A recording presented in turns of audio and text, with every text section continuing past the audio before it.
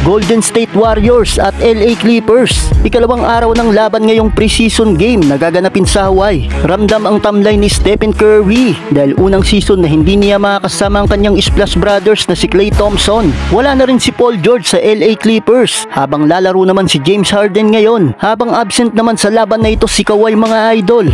Hindi pa man nagiinit, Norman Powell ibinigay kagad ang first 3 points para sa LA Clippers. Lumagot din naman ang Warriors at isang tres dahil wala si Kawhi Leonard sa Clippers. Maagang nagbuhat sa opensa si James Harden. Siya din ang leading scorer ng kupunan at walang makapigil kay The Beard pagdating sa opensa. Kung mainit si Harden sa opensa, kabaliktaran naman ito kay Stephen Curry na maalat sa shooting. 0 of 3 shooting from the field at walang naipasok sa kanyang binitawan ang greatest shooter mga idol. Mabuti na lang ay nag-step up ang bench player ng Warriors na sila Buddy Hield at Kyle Anderson, kung saan ito na rin ang kanilang debut game dito sa Warriors. Dahil sa mga bench role player ng Warriors, kaya sila nakadikit sa talaan. 26-23 end of first quarter. Second quarter, patuloy pa rin ang struggle ni Steph sa kanyang shooting. Dalawang magkasunod na binitawan ni Steph ay hindi na naman pumasok. Anong nangyari mga idol?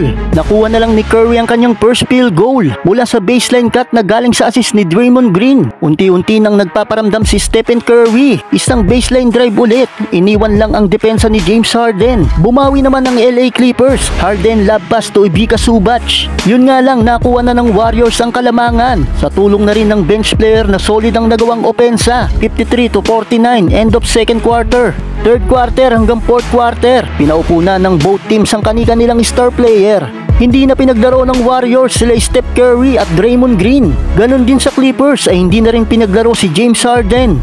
Puro bench player na lang ang pinaglaro ng both teams. Well, dahil sa ganda ng nilaro ng bench role ng Warriors, sa uli ay nakuha pa ng Warriors ang panalo. Final score 90-91. Nagtala ng 13 points, 8 assists, 2 rebounds si James Harden, habang 9 points, 2 assists, 1 rebound si Stephen Curry.